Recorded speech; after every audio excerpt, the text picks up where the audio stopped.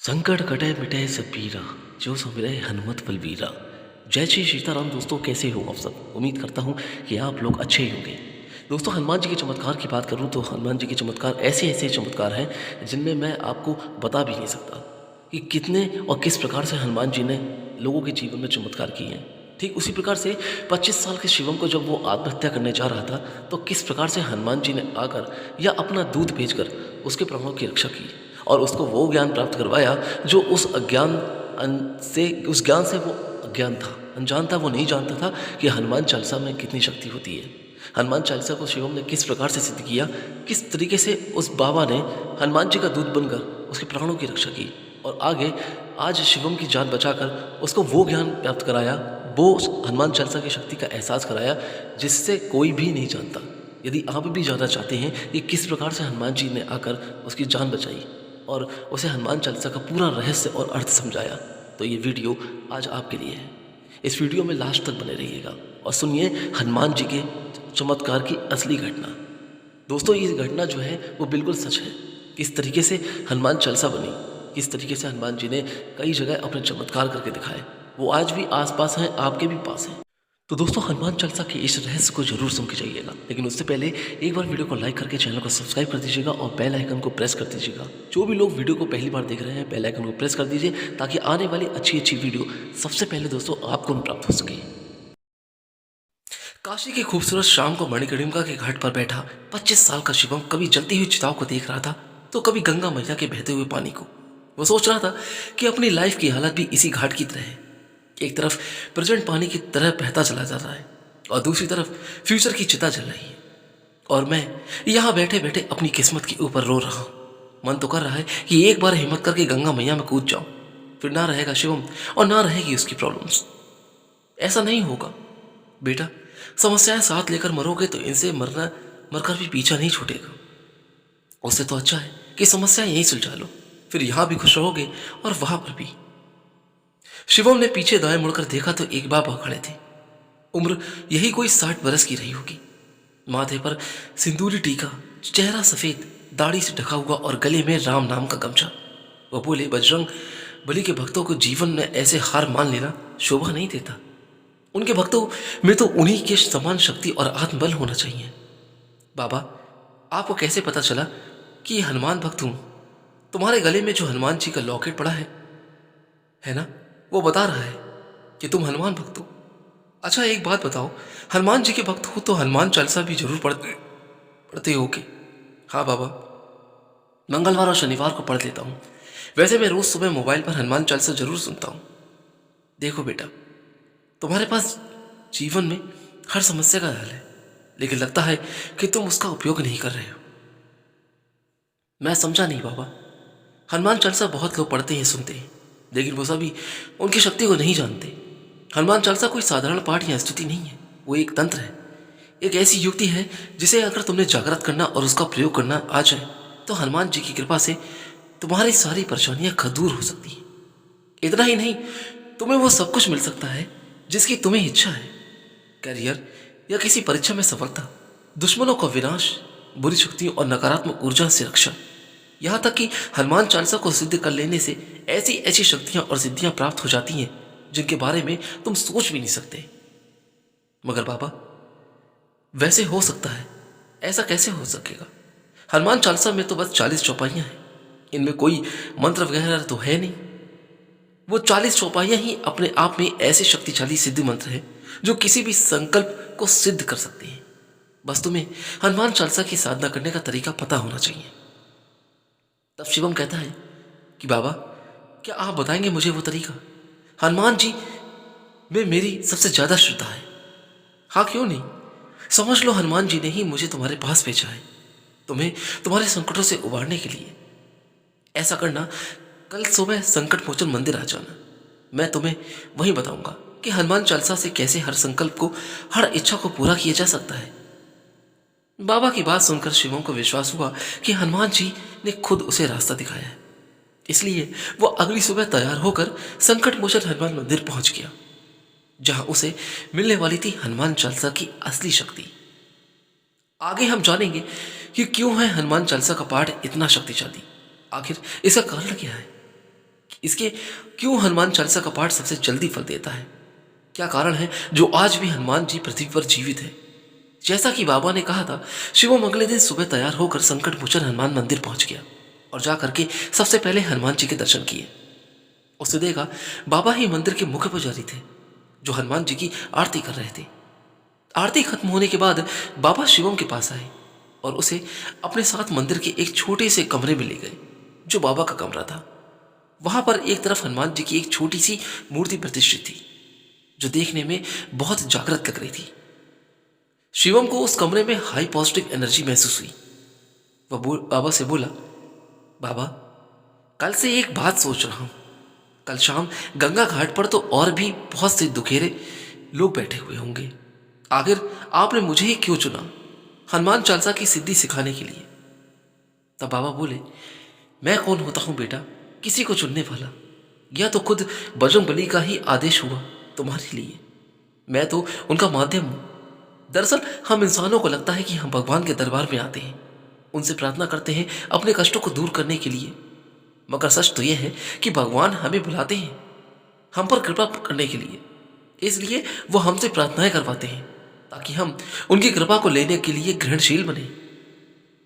तुम अपने आप को बड़ा भाग्यशाली समझो कि भगवान हनुमान ने तुम्हें खुद चुना है हनुमान चालीसा की साधना के लिए।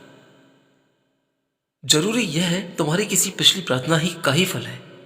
शिवम को याद आया वो अक्सर हनुमान जी से ही तो प्रार्थना किया करता था कि उसके जीवन के सारे कष्टों को दूर करो। पापा के गुजरते ही रिश्तेदार प्रॉपर्टी हड़पने को तैयार बैठे थे। जो कल तक सगे थे वही आज दुश्मन बन गए थे। पापा का बिजनेस संभल नहीं रहा था। उनके बिजनेस पार्टनर भी लूटने को तैयार बैठे थे। उसे लग रहा था जैसे दुश्मनों के बीच वह अकेला पड़ गया था, बहुत कमजोर महसूस करने लगा था खुद को। ऐसे में उसे अपनी रक्षा के लिए हनुमान जी ही याद आते थे। शिवम ने हनुमान जी के चरणों में सिर झुका दिया और कहने लगा, बस अब आपका ही सहारा है प्रभु, मैं खुद को आपको ही सौंपता हूं। बाबा बोले, चिंता ना करो बेटा, बजरंगबली सब ठीक करेंगे, इसलिए तो तुम्हें मैंने यहां बुलाया है। शिवम ने कहा कि बाबा कल आप कह रहे थे हनुमान चालीसा कोई साधारण पाठ या स्तुति नहीं है, वह एक तंत्र है, एक ऐसी युक्ति जिसको अगर जागृत करना आ जाए तो हनुमान जी की कृपा से सारी परेशानियां दूर हो सकती हैं। तब बाबा कहते हैं, हाँ ये सच है बेटा, हनुमान चालीसा में बहुत शक्ति है। इसका सबसे बड़ा कारण तो यही है कि इस संसार के सबसे ज्यादा शक्तिशाली देव हनुमान जी का पाठ है। और ऐसे 3 कारण हैं जिनकी वजह से कोई भी नकारात्मक शक्ति या समस्या उनके भक्तों के आसपास ठहर ही नहीं सकती। तब शिवम ने पूछा, वो क्या कारण है बाबा? बाबा ने बताया, इनमें पहला है उनके वो वचन जो उन्होंने प्रभु श्री राम को दिया था कि वो हमेशा इस धरती पर रहकर भक्तों की रक्षा करेंगे। और दूसरा कारण है उनकी शक्ति। हनुमान जी वीरों में वीर हैं और वो महावीर हैं। वो सुरक्षा देने वाले देव यानी प्रोटेक्टर हैं। उनकी शक्ति के आगे किसी भी तरह की समस्या टिक ही नहीं सकती। और हनुमान चालीसा तो वह पाठ है जो हनुमान जी की शक्ति को जागृत करता है। इसलिए हनुमान चालीसा में भी लिखा है, नासाय रोग मिटाए सब पीरा, जपत निरंतर हनुमत वीरा। तीसरा कारण यह है कि वो महादेव का अवतार है और महादेव भूत प्रेतों के स्वामी हैं। इसलिए हनुमान चालीसा का पाठ करने से भूत प्रेत पिशाच और हर तरह की नकारात्मक ऊर्जा से हमारी रक्षा होती है। जैसा कि हनुमान चालीसा में लिखा है, भूत पिशाच निकट नहीं आवे, महावीर जब नाम सुनावे। हनुमान चालीसा हनुमान जी को प्रसन्न करने के लिए सबसे ज्यादा असरदार पाठ है। यह ऐसा पाठ है जो जल्दी फल देता है। तब शिवम ने पूछा, मगर इसका क्या कारण है? मेरे कहने का मतलब है कि स्तुति या पाठ तो और भी भगवानों के हैं, फिर ऐसा क्या है हनुमान चालीसा में जो इसका पाठ जल्दी असर करता है? तब बाबा कहते हैं कि देखो बेटा, इसका सबसे बड़ा कारण यह है कि हनुमान जी एक ऐसे देवता हैं जो हमारे सबसे ज्यादा पास हैं। दरअसल हनुमान जी हमारे ही लोक में शरीर उपस्थित है, यानी वो पृथ्वी पर ही जीवित है। उन्होंने कभी शरीर का त्याग नहीं किया। शायद तुम्हें पता ना हो, हनुमान जी 7 चिरंजीवियों में से हैं। बाबा माफ कीजिएगा, मैं इस बारे में नहीं जानता। देखो, सतयुग से लेकर अब तक ऐसे 7 दिव्य व्यक्ति इस धरती पर जन्म लेकर आए जिन्होंने कभी देह त्याग नहीं किया, यानी वह यहां से वापस गए ही नहीं। वह सातों आज भी शरीर के साथ इस पृथ्वी पर जीवित है। वह कहाँ है यह तो कोई नहीं जानता, लेकिन है जरूर, ये 7 चिरंजीवी हैं। हनुमान जी, विभीषण, व्यास, महर्षि कृपाचार्य, अश्वत्थामा, भगवान परशुराम और राजा बलि। हमारे पुराणों में कहा गया है कि जब भगवान का कल की अवतार होगा तो यह सभी चिरंजीवी धर्म युद्ध में उनकी सहायता करेंगे। इन सभी में हनुमान जी सबसे बड़े देव हैं, जिन्होंने अपने प्रभु श्री राम की आज्ञा के कारण इस संसार का कभी त्याग नहीं किया। तब शिवम ने पूछा, भगवान श्री राम से हनुमान जी को कौन सी आज्ञा मिली थी? तो बाबा ने बताया कि जब प्रभु श्री राम ने इस संसार को छोड़ने का और जल समाधि लेने का निर्णय लिया, तब हनुमान जी बहुत विचलित हो गए और वह भी श्री राम से कहने लगे कि प्रभु, अगर आप ही यहाँ नहीं रहेंगे तो मैं रहकर क्या करूँगा? मैं भी आपके साथ जल समाधि लेकर इस लोक का त्याग कर दूंगा। तब श्री राम जी ने उनसे कहा कि नहीं हनुमान, इस संसार को आगे तुम्हारी बहुत आवश्यकता पड़ने वाली है। कलयुग में धरती पर बहुत पाप बढ़ेंगे, लोगों में ज्ञान की भक्ति की कमी होगी, वो भ्रष्टाचारी दुराचारी होंगे। उस समय मेरा जो कोई भक्त दुखी होगा, पीड़ित होगा और जो कोई मेरे नाम का स्मरण करेगा, तुम उसके संकटों को हरना और उसकी तुरंत सहायता करना। श्री राम ने हनुमान जी से कहा कि तुम मुझसे हमेशा कोई ना कोई सेवा मांगते हो ना, तो आज मैं तुम्हें यही सेवा सौंपता हूं कि जो कोई सच्चा भक्त तुम्हें सहायता के लिए पुकारेगा, तुम उसकी तुरंत मदद करोगे।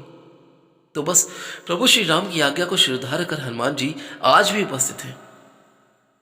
दोस्तों, कई भक्तों ने हनुमान जी की उपस्थिति को महसूस की है, जैसे कि तुलसीदास जी को तो हनुमान जी ने श्री राम के दर्शन भी कराए थे। हनुमान जी उनसे बार बार मिलने आते थे। पुराणों में कहा गया है कि हनुमान जी गंधमर्दन पर्वत जो कैलाश के उत्तर में है वहां रहते हैं। जब जब उनके भक्त उन्हें बुलाते हैं वह उनके पास पहुंच जाते हैं। वैसे हनुमान जी को कृपा पाने के लिए शरीर के साथ आने की जरूरत नहीं। वो तो ऐसे देवता है कि वो जहां भी है वहीं से भक्त पर कृपा कर सकते हैं। वो हमारे सबसे ज्यादा निकट रहने वाले देवता हैं और उन तक हमारी पुकार सबसे जल्दी पहुंचती है। बहुत से भक्तों ने हनुमान जी की उपस्थिति अलग अलग रूपों में महसूस की है, जिनमें से एक मैं भी हूं। तब से तो हनुमान जी में मेरी श्रद्धा और विश्वास और भी बढ़ गया है। शिवम ने यह बात बड़ी उत्सुकता से पूछी कि ऐसा क्या हुआ था बाबा, मुझे भी बताइए ना। बाबा ने बताना शुरू किया, बेटा यह बात 98 की है, जब मैं अयोध्या के प्राचीन हनुमानगढ़ी मंदिर में बजरंगबली बाबा के दर्शन के लिए गया हुआ था। तभी वहां पता चला कि आतंकवादियों ने हनुमानगढ़ी मंदिर में बम लगाया हुआ है जो कभी भी फट सकता है। पुलिस एक्शन में आई और टाइम बम को खोजने लगी। मंदिर का हर एक कोना, हर एरिया छान मारा, पर बम जैसा किसी को कुछ भी नहीं मिल रहा था। तभी सबने देखा कि मंदिर के आंगन में लगी ठंडे पानी की मशीन के पास एक छोटा बंदर बैठा है और वह अपने हाथों में 2 तार लिए उन्हें मुंह से चबाए जा रहा है, जैसे कि उन्हें काट रहा हो। पुलिस को अंदेशा हो गया कि हो ना हो इस मशीन में बम फिट किया गया है। उन्होंने उस वानर के मुंह से तार छुड़ाने के लिए केले उसकी ओर फेंके। जैसे ही वो केले उस वानर की ओर फेंके गए, वैसे ही उसने तार छोड़कर बिना केले लिए वहां से चला गया। बम निरोधक दस्ते ने जैसे ही पानी वाली मशीन खोली, उसमें एक टाइमर सेट किया गया था। बम आ गया, लेकिन वो बम तार काटने से डिफ्यूज हो चुका था और अगर वह डिफ्यूज नहीं होता तो अब तक बम फट गया होता, जिसमें मंदिर को भी भारी नुकसान होता और बहुत से लोगों की जानें जाती। बाद में पता चला कि यही एक बंदर था जो तार काट रहा था। दरअसल उसी से बम डिफ्यूज हुआ। जिनकी हनुमान जी में श्रद्धा थी उनको यह हनुमान जी का चमत्कार लगा और जिनको नहीं थी उन्हें एक तुक्का लगा। कुछ ही देर में मैंने और सारे पुलिस बल ने हनुमानगढ़ी मंदिर के शिखर पर उसी से छोटे वानर को बैठे देखा जो शिखर के कलश को सजा रहा था। मुझे पूरा विश्वास है कि वो वानर कोई और नहीं बल्कि स्वयं साक्षात हनुमान जी महाराज थे। वैसे यह तो एक घटना है, अलग अलग समय पर बहुत से लोगों ने साथ ऐसी घटनाएं घटी हैं जिनमें उन्होंने हनुमान जी के चमत्कार देखे हैं। यह किस्सा सुन के तो शिवम भी हैरान रह गया। दरअसल उसे भी कई बार ऐसी मदद मिली थी जिसकी उसे उम्मीद ही नहीं थी। अब उसे विश्वास हो रहा था कि मदद भी जरूर हनुमान जी ने ही भिजवाई होगी। वो बाबा से बोला कि बाबा, यह तो मैं नहीं जानता कि हनुमान जी सबसे शक्तिशाली देवता हैं, लेकिन उन्हें प्रसन्न करने के लिए और भी तो स्तुति है।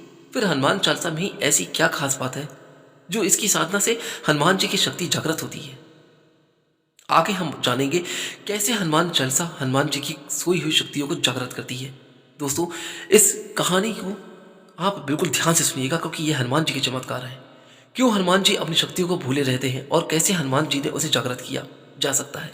हनुमान चालीसा हनुमान जी की सबसे ज़्यादा सुना जाने वाला और जपने वाला पाठ है और शिवम के मन में इसी बात को लेकर ही सवाल था कि आखिर हनुमान चालीसा ही क्यों, हनुमान जी का कोई और पाठ क्यों नहीं।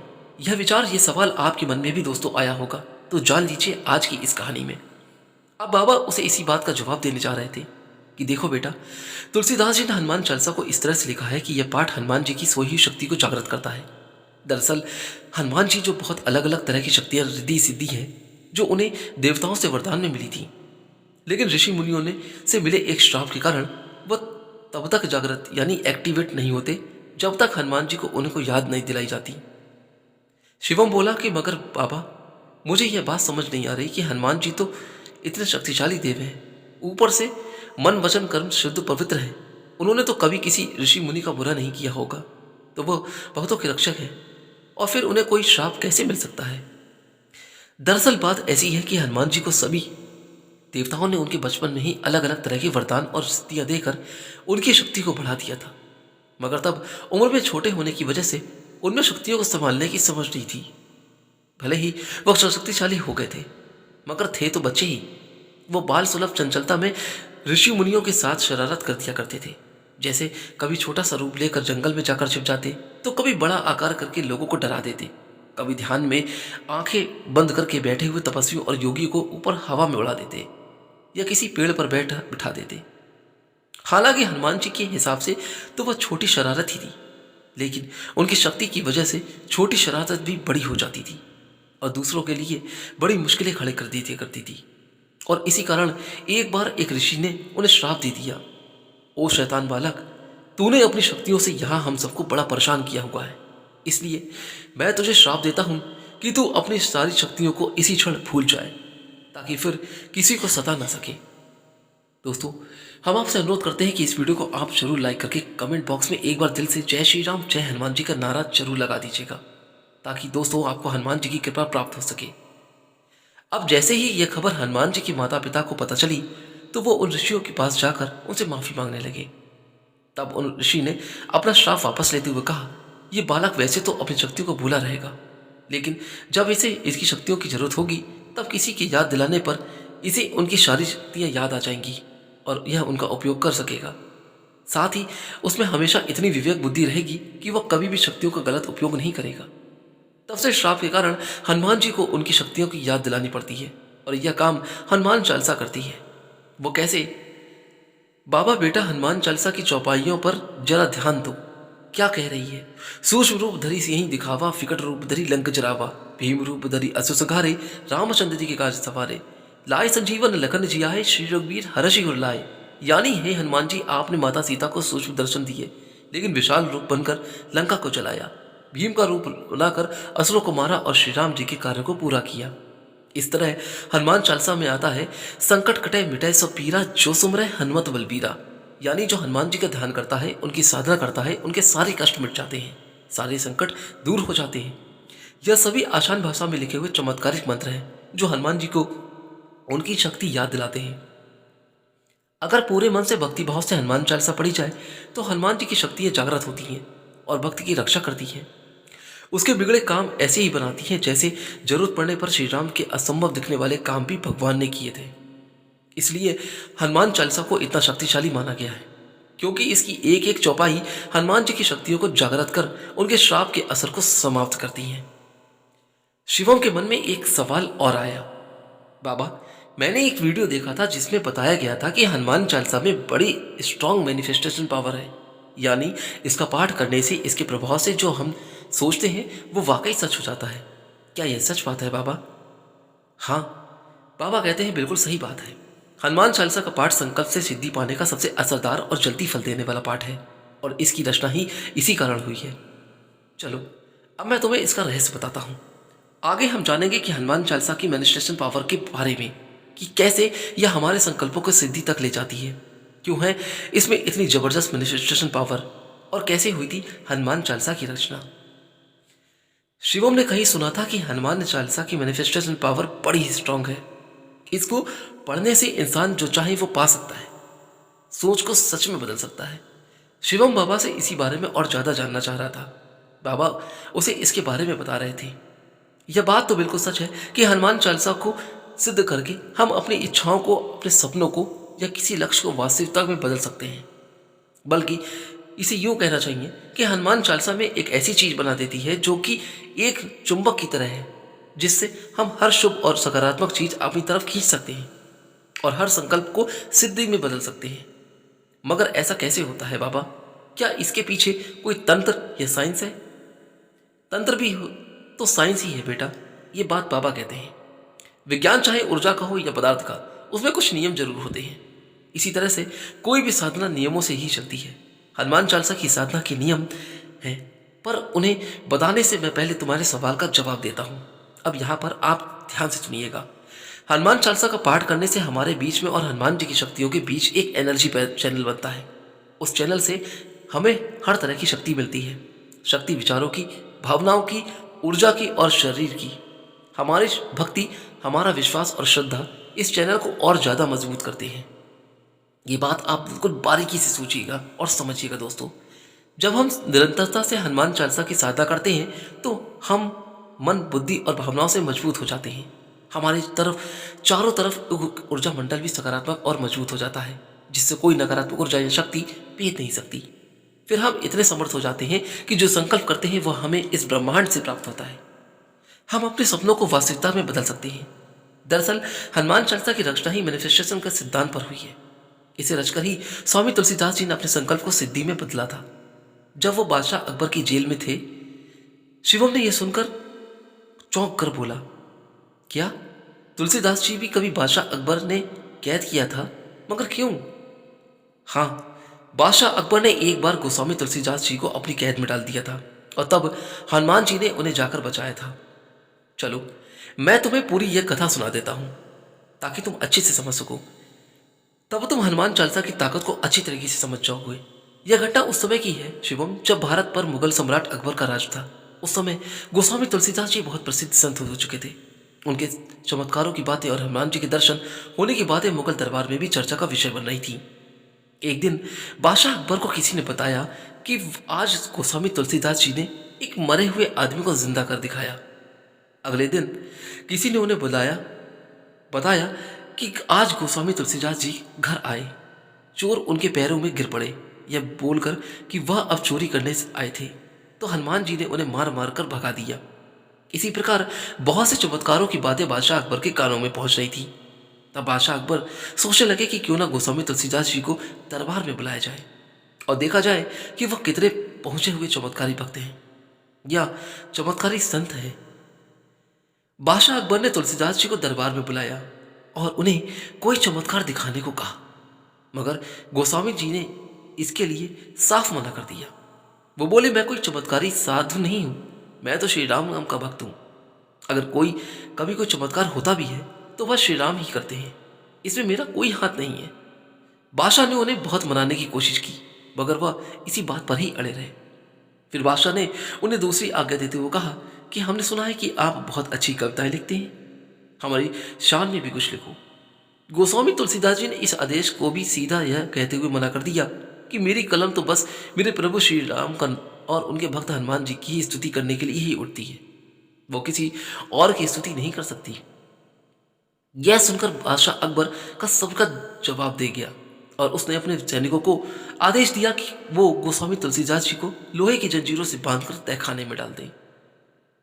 फिर क्या था, बादशाह अकबर सोच रहे थे कि कम से कम अब तो गोस्वामी तुलसीदास खुद को छुड़ाने के लिए किसी चमत्कार का सहारा जरूर लेंगे और तब इस बात का पता चल जाएगा कि वह कितने पहुंचे हुए शक्तिशाली संत हैं। तुलसीदास जी कैद होकर मुंह से उफ तक न निकाली, वो राम राम कहते हुए जेल में चले गए। जेल में तुलसीदास जी ने सोचा, हनुमान जी को प्रभु श्री राम से आज्ञा मिली हुई है कि वो इस पृथ्वी पर रहकर उनके भक्तों से कष्ट को दूर करेंगे, तो क्यों ना सहायता के लिए बजरंगबली को ही पुकारा जाए। यह सोचकर उन्होंने हनुमान चालीसा पाठ की रचना की और उसे लगातार 40 दिन तक जपने का संकल्प लिया। इस इच्छा के साथ ही उन्हें बादशाह की कैद से सम्मान के साथ मुक्ति मिले। तुलसीदास जी बिना कोई शिकायत किए अपने कैद खाने में बैठे रहते और हनुमान चालीसा का पूरे धैर्य, विश्वास और श्रद्धा के साथ पाठ करते। उन्हें पूरा विश्वास था कि 40 दिन होने पर उनका संकल्प जरूर पूरा होगा। और ठीक ऐसा ही हुआ। 40वें दिन एक चमत्कार हुआ। सैकड़ों बंदरों ने एक साथ अकबर के महल पर और कैद खाने पर हमला बोल दिया।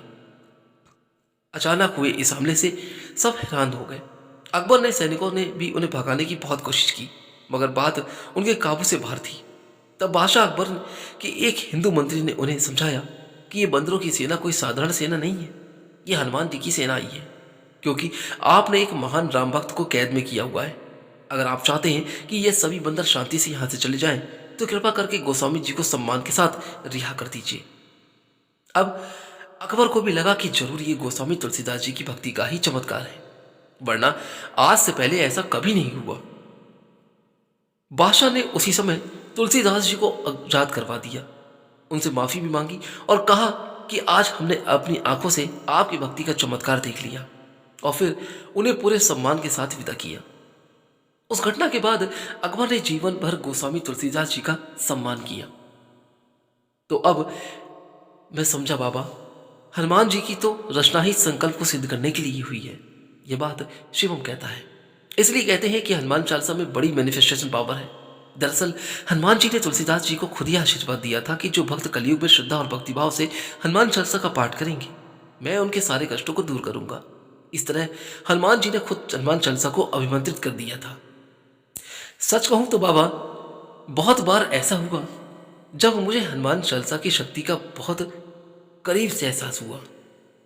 जैसे एक बार मेरा एक्सीडेंट हो गया था, पैर में बहुत चोट लगी थी, बहुत दर्द हो रहा था। तब मुझे मम्मी ने कहा कि हनुमान चालीसा की यह चौपाई बार बार बोलो, नासय रोग हरै सब पीरा, जपत निरंतर हनुमत वीरा। और मैंने ऐसा ही किया और मुझे सच में दर्द से राहत मिली। एक बार मुझे ऑफिस से लौटते हुए बहुत देर हो गई थी। स्कूटर पंचर हो गया था, इसलिए मैंने उसे ऑफिस में ही छोड़ दिया था। सुनसान सड़क पर पैदल चलते हुए पता नहीं क्यों बहुत नेगेटिव एनर्जी महसूस हो रही थी। बार बार लग रहा था कि कोई साया पीछा कर रहा है। तब मैंने हनुमान जी की यह चौपाई बोलना शुरू कर दिया। भूत पिशाच निकट नहीं आवे, महावीर जब नाम सुनावे। और मुझे अपने अंदर इतनी शक्ति और पॉजिटिव एनर्जी महसूस हुई कि मैं आराम से घर आ गया। हनुमान चालीसा की जब एक दो चौपाइयां भी इतना असर करती हैं, तो जरा सोचो कि जब पूरी हनुमान चालीसा पढ़ी जाएगी, और वो भी एक नहीं अनेक बार, तो फिर कितनी शक्ति मिलेगी। हाँ बाबा, वो तो मैं मानता हूं, मगर फिर भी मेरे मन में एक शंका है। शिवम कहता है कि हाँ बताओ बेटा, क्या शंका है? यही कि मैं इस लायक हूं जो हनुमान चालीसा की साधना कर सकूं, क्योंकि मैंने सुना है कि हनुमान जी की साधना के बड़े कठोर नियम होते हैं। बाबा, हर कोई उनकी साधना नहीं कर सकता, वरना उसका कुछ उल्टा असर भी हो सकते हैं। क्या वाकई हनुमान चालीसा के कुछ साइड इफेक्ट भी होते हैं? शिवम ने बाबा के सामने जो सवाल उठाया, वो सवाल बहुत से हनुमान भक्तों के मन में भी आता है, और अभी अभी आप इसको सुनने के बाद यही सोच रहे होंगे। अब उन्हीं सवालों का जवाब बाबा देने जा रहे थे। आगे हम जानेंगे कि क्या वाकई हनुमान चालीसा को पढ़ने से कोई साइड इफेक्ट भी होते हैं, अगर होते हैं तो कब होते हैं और कौन से होते हैं। हनुमान चालीसा को पढ़ने से क्या कंडीशन है, कौन से लोग हैं जो हनुमान चालीसा की साधना कर सकते हैं और कौन नहीं। दोस्तों, यहां आप आगे इस कहानी में बिल्कुल ध्यान से सुनिएगा। शिवम का सवाल सुनने के बाद बाबा हंस पड़े और कहने लगे कि बस बेटा, हनुमान चालीसा का यही एक साइड इफेक्ट है कि इसका कोई साइड इफेक्ट नहीं है। मुझे समझ नहीं आता लोग ऐसी बातें कर लेते हैं, कैसे करते हैं और फैला कैसे देते हैं। जो भी इंसान, चाहे वह स्त्री हो या पुरुष, सच्चे मन से पूरी श्रद्धा और विश्वास के साथ कुछ नियमों का पालन करके हनुमान जी की भक्ति करता है और हनुमान चालीसा का पाठ करता है, उसका कभी भी कुछ बुरा नहीं हो सकता, बल्कि हमेशा ही अच्छा ही होगा। शिवम ने कहा कि सच कहूं बाबा, तो दिल तो मेरा यही करता था, मगर मेरा एक दोस्त था जो कहता था कि हनुमान जी बहुत कठोर और गुस्से वाले देव हैं।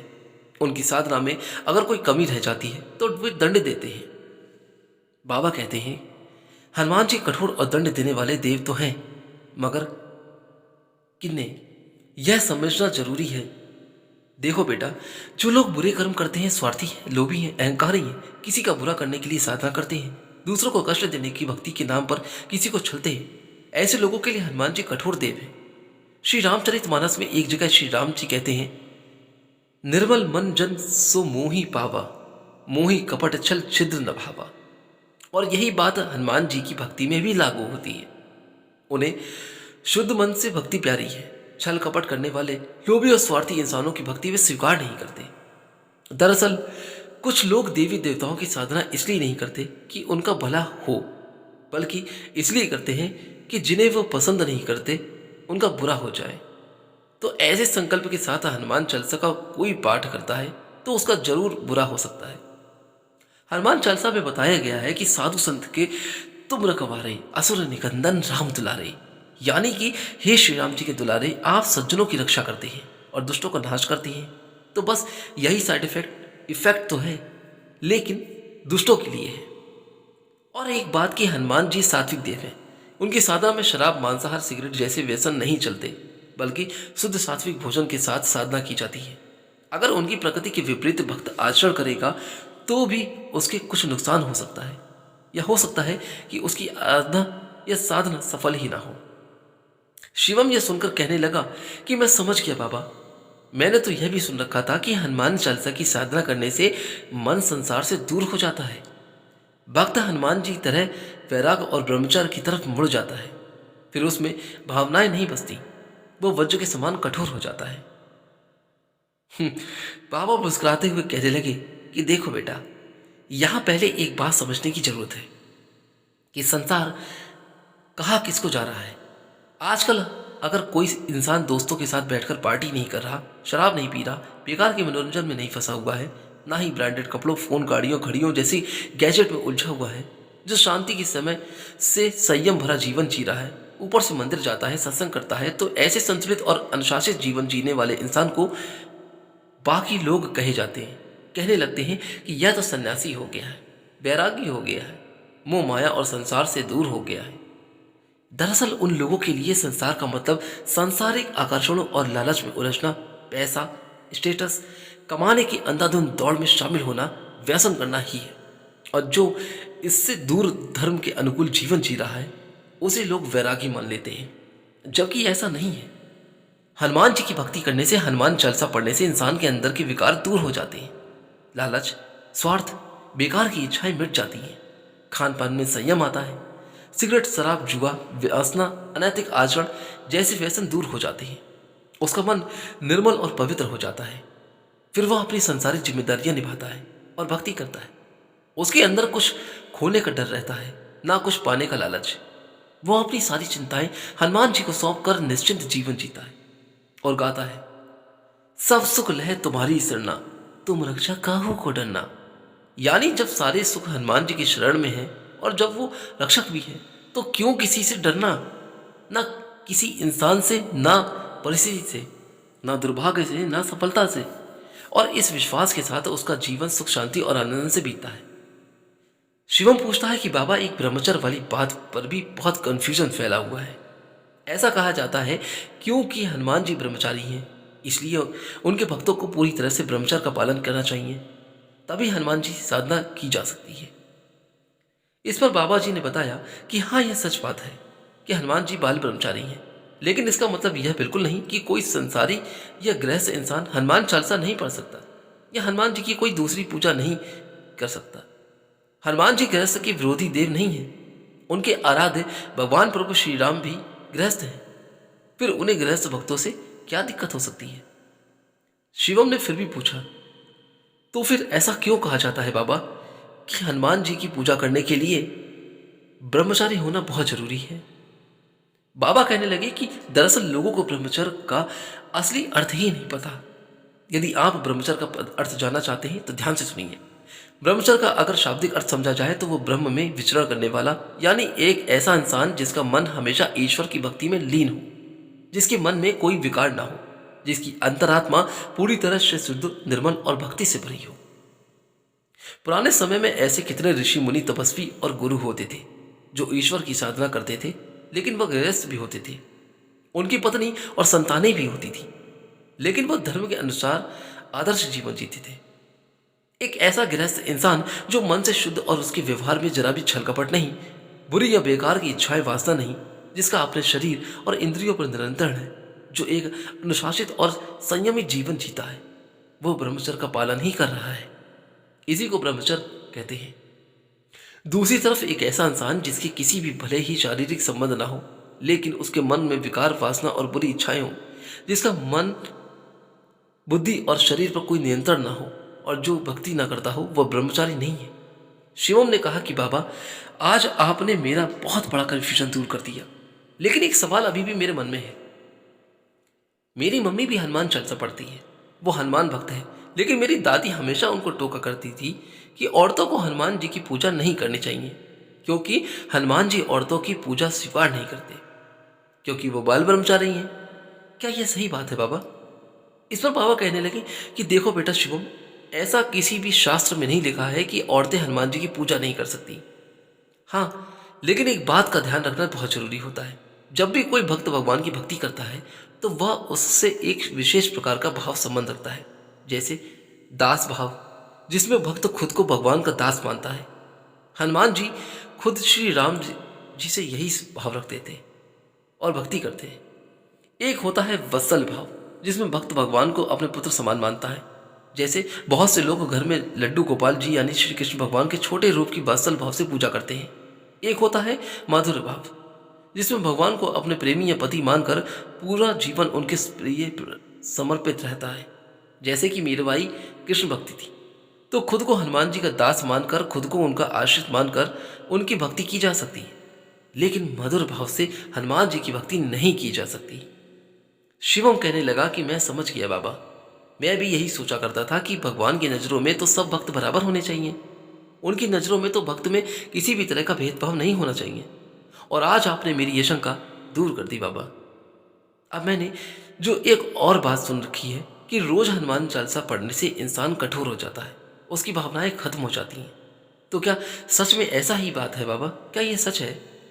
इस पर बाबा कहने लगे कि अच्छा एक बात बताओ, मैं रोज हनुमान चालीसा का पाठ करता हूँ और वह भी 100 बार, तो क्या मेरे अंदर की भावनाएं मर गई? क्या मेरा दिल पत्थर का हो गया?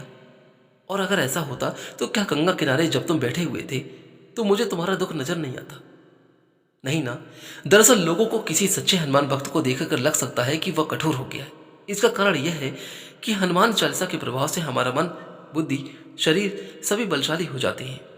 दूसरे लोग छोटी छोटी बातों पर परेशान हो जाते हैं, चिंता और तनाव में आ जाते हैं, जबकि एक हनुमान भक्त कठिन से कठिन परिस्थितियों में भी शांत और स्थिर रहना सीख जाता है। आसपास की घटनाएं उसके अंदर भावनाओं की उथल पुथल नहीं मचाती। इसलिए उसे देखकर किसी सामान्य आदमी को लग सकता है कि अरे, इसे तो किसी बात का कोई फर्क ही नहीं पड़ रहा, इसके अंदर की तो भावनाएं मर गई हैं, यह तो बहुत कठोर हो गया है। जबकि ऐसा नहीं है। हनुमान चालीसा का साधक दीपक की लौ नहीं रहता जो हवा से हिल जाए। वह एक चमकता सूर्य बन जाता है जिसे कोई तूफान भी छू नहीं सकता। शिवम बाबा की बातें सुनने लगा, कहने लगा कि आपने तो मेरे सारे कन्फ्यूजनों को दूर कर दिया बाबा। अब मैं जल्द से जल्द हनुमान चालीसा की साधना शुरू करना चाहता हूँ। अब कृपा करके मुझे बताइए कि मैं इसे कैसे कर सकता हूँ। शिवम जल्द से जल्द हनुमान चालीसा को सिद्ध करना चाहता था ताकि उसके सारे कष्ट दूर हो जाए, लेकिन अभी हनुमान चालीसा के कुछ और ऐसे रहस्य उसे जानने बाकी थे। आगे हम जानेंगे कि हनुमान चालीसा का वह सीक्रेट क्या है जिस वजह से इसे सिद्ध मंत्रों से भी ज्यादा पावर मिलती है। क्यों करती है हनुमान चालीसा इतना असर? क्यों है उसमें इतनी शक्ति? ऐसी क्या खूबियां हैं? शिवम से बात करते हुए बाबा समझ गए कि अभी उसे हनुमान चालीसा की इतनी समझ नहीं है कि वह उसे सिद्ध कर सके और उसकी पावर का उपयोग कर सके। इसलिए अब बाबा शिवम को हनुमान चालीसा की पूरी समझ देने जा रहे थे। अच्छा बेटा, मुझे एक बात बताओ, अब जैसा कि तुमने कहा कि हनुमान चालीसा अक्सर पढ़ते भी हो और रोज सुनते भी हो, तो क्या तुम समझ पाते हो कि हनुमान चालीसा की चौपाइयों में क्या क्या कहा जा रहा है? हनुमान जी की प्रशंसा की जा रही है या उनके रूप, बल और शक्तियों का वर्णन किया जा रहा है या उनसे कुछ प्रार्थना की जा रही है? इस पर शिवम बोला कि माफ कीजिएगा बाबा, इतना तो मुझे नहीं पता चलता। बस सुन सुनकर हनुमान चालीसा याद हो गई तो मैं साथ गुनगुनाने लगता हूँ और पढ़ भी लेता हूँ। लेकिन सच कहूँ बाबा, तो मुझे उसकी चौपाइयों का पूरा अर्थ नहीं पता है। बाबा ने कहा कि देखो बेटा, कोई भी स्तुति हो, प्रार्थना हो या पाठ हो, वो तभी असर करते हैं जब उसमें हमारे भाव पूरी तरह से जुड़े हो, और जब भाव तभी जुड़ते हैं जब हम उसका पूरा अर्थ होता है। उसका अर्थ पता हो। मतलब पता होने से हम उस स्थिति को रट्टू तोते की तरह बोल देते हैं, जिससे हम भगवान से जुड़ नहीं पाते, उसकी कृपा नहीं ले पाते। फिर हम कहते हैं कि हमने तो इतना पाठ किया, फिर भी हमें कोई फल नहीं मिला।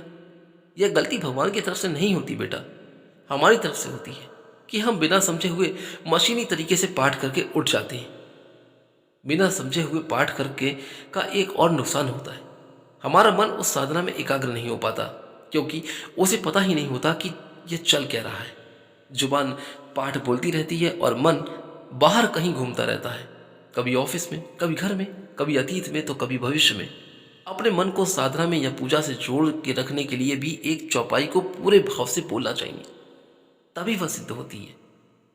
बाबा, क्या आप मुझे हनुमान चालीसा का पूरा अर्थ और भाव समझा सकते हैं? हाँ, वो मैं तुम्हें जरूर बताऊंगा। साथ ही यह भी कि हनुमान चालीसा को रचा किस तरह गया था। दरअसल तुलसीदास जी ने हनुमान चालीसा को इस तरह से रचा है कि उसकी एक एक चौपाई एक मंत्र की तरह काम करती है और हनुमान जी को सोई हुई शक्तियों से जागृत करती है। तो दोस्तों, यहाँ तक आपने हनुमान जी के चमत्कार के रहस्य को जाना, लेकिन उससे पहले मैं आपको बता दूं कि यह रहस्य हनुमान जी का अभी भी खत्म नहीं हुआ है। अभी कहानी और भी बाकी है। इस कहानी का अगला भाग मैं आपको जरूर लेकर आऊँगा और उस कहानी के भाग में जानेंगे कि किस प्रकार से हनुमान चालीसा को शिवम ने सिद्ध करा, जिस प्रकार से बाबा ने बताया उसका पूरा अर्थ, और उसके बाद शिवम के जीवन में क्या क्या चमत्कार हुआ वो भी आपको जरूर सुनने को मिलेगा। दोस्तों, कहीं मत जाइएगा, अगले भाग का इंतजार कीजिएगा, मैं इसका अगला भाग आपको जरूर सुनाऊंगा। तब तक के लिए दोस्तों आगे दीजिए, चलता हूँ यहाँ से। फिर मिलूंगा जल्दी ही कोई और अच्छी वीडियो के साथ। तब तक के लिए दोस्तों आप अपने जीवन में स्वस्थ और खुश रहिए। एक बार कमेंट बॉक्स में जय श्री राम और जय हनुमान जी महाराज दिल से जरूर लिख के जाइएगा और अपने जीवन में खुश और स्वस्थ रहिएगा। आगे दीजिए, तब तक के लिए दोस्तों जय श्री राम।